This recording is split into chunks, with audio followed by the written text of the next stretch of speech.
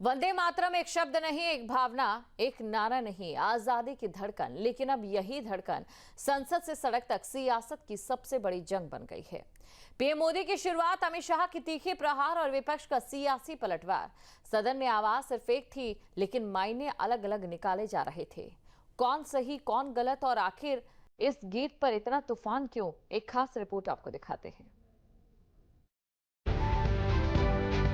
देश की राजनीति में आज एक ही आवाज गूंज रही है, वंदे मातरम। लेकिन ये वही आवाज है जिस पर संसद से सड़क तक संग्राम छिड़ा है। कभी आजादी की लड़ाई का स्वर, आज आरोप प्रत्यारोप का नया अखाड़ा बन चुका है। लोकसभा में पीएम मोदी की शुरुआत, राज्यसभा में गृह मंत्री अमित शाह का प्रहार और विपक्ष के पलटवारों से सदन का प्रहार। ये सिर्फ एक गीत की बहस नहीं, ये पहचान, राजनीति और इतिहास के टकराव की तीखी गूंज है। संसद का शीतकालीन सत्र और देश के सबसे पवित्र गीत वंदे मातरम पर सबसे बड़ी सियासी जंग। सोमवार को पीएम मोदी ने लोकसभा में बहस छेड़ी, तो मंगलवार को राज्यसभा में गृह मंत्री अमित शाह ने विपक्ष पर सियासी प्रहार तेज कर दिया। महोदय, वंदे मातरम पर चर्चा की जरूरत, वंदे मातरम के प्रति समर्पण की जरूरत वंदे मातरम बना तब भी थी, आजादी के आंदोलन के वक्त भी थी, आज भी है, और जब 2047 में महान भारत की रचना होगी तब भी रहे।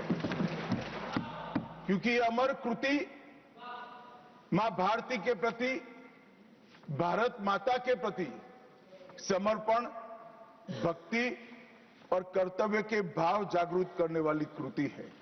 इसलिए जिनको आज वंदे मातरम की चर्चा क्यों हो रही है वो समझ में नहीं आ रहा है। मुझे लगता है कि उन्होंने नए सिरे से अपनी समझ पर ही सोचने की जरूरत है। अमित शाह ने वंदे मातरम की पृष्ठभूमि, उसकी सांस्कृतिक जड़ों और आजादी की लड़ाई में उसके योगदान को याद किया। साथ ही कांग्रेस और गांधी परिवार को सीधा निशाने पर लिया। शाह ने कहा कि नेहरू ने गीत के दो टुकड़े की, तुष्टीकरण की शुरुआत यहीं से हुई और इसी तुष्टीकरण ने देश को दो टुकड़ों में बांट दिया। और वंदे मातरम की स्वर्ण जयंती हुई 1937 में। तब जवाहरलाल नेहरू जी ने वंदे मातरम के दो टुकड़े कर उसको दो अंतरों तक सीमित करने का काम। 50वें पड़ाव पर वंदे मातरम को सीमित कर दिया गया। वहीं से तुष्टीकरण की शुरुआत हुई और वो तुष्टीकरण जाकर देश के विभाजन में मान्यवर, मेरे जैसे कई लोगों का मानना है, कांग्रेस पार्टी को पसंद आए ना आए, अगर वंदे मातरम के तुष्टीकरण की नीति के तहत दो टुकड़े न करते तो देश का बंटवारा नहीं होता और देश पूरा होता। वंदे मातरम 100 साल का हुआ। सबको था कि 100 साल मनाए जाएंगे, 100 साल मनाए जाएंगे, मगर 100 साल हुआ तब वंदे मातरम का महिमा मंडन का सवाल ही नहीं था, क्योंकि वंदे मातरम बोलने वाले जो सारे लोग थे उनको इंदिरा जी ने जेल में बंद कर दिया। जिस कांग्रेस पार्टी के अधिवेशनों की शुरुआत गुरुवर टागोर जैसे लोग वंदे मातरम गाकर कराते थे, वंदे मातरम कांग्रेस पार्टी के आजादी के आंदोलन का एक मंत्र बना था। वो वंदे मातरम के महिमा मंडन करने के लिए जब लोकसभा में चर्चा हुई, गांधी परिवार के दोनों सदस्य नदारद थे, दो में से एक भी। वंदे मातरम का विरोध आज भी जवाहरलाल नेहरू से लेकर आज के कांग्रेस के नेतृत्व तक कांग्रेस के खून के अंदर बसा। इस संसद में वंदे मातरम के गान को बंद करा दिया है। अब फिर से खड़े हो जाएंगे कि नहीं आप गलत बोल रहे हो, मगर इस रिकॉर्ड है मान्यवर महोदय। 1992 में भाजपा सांसद श्री राम नाईक ने एक शॉर्ट ड्यूरेशन डिस्कशन के माध्यम से वंदे मातरम को संसद में फिर से गाने की शुरुआत करने के लिए एक मुद्दा उठाया, और उस वक्त प्रतिपक्ष के नेता लाल कृष्ण आडवाणी जी ने बहुत प्रमुखता के साथ लोकसभा के स्पीकर को कहा कि इस महान सदन के अंदर वंदे मातरम का गान होना चाहिए, क्योंकि संविधान सभा ने इसको स्वीकारा है और फिर लोकसभा ने सर्वानुमत से 1992 में वंदे मातरम के गान की शुरुआत की। मान्यवर, हम जब वंदे मातरम की गान की शुरुआत कर रहे थे, उस वक्त भी मैं नाम देना नहीं चाहता, वरना ये औचित्य के सवाल उठाएंगे, कुछ टेक्निकल मुद्दे उठाएंगे, मगर इंडी अलायंस के ढेर सारे लोगों ने, मेरे पास नाम की सूची है, इनको आपत्ति नहीं हो तो मैं पढ़ सकता हूं, ढेर सारे लोगों ने कहा था कि हम वंदे मातरम नहीं गाएंगे, ना बोल दिया। और मैंने मेरी आंख से देखा है, कई सारे सदस्य वंदे मातरम होता है तो वंदे मातरम के गान के पहले संसद में बैठे होते हैं तो भी खड़े होकर बाहर चले जाते हैं।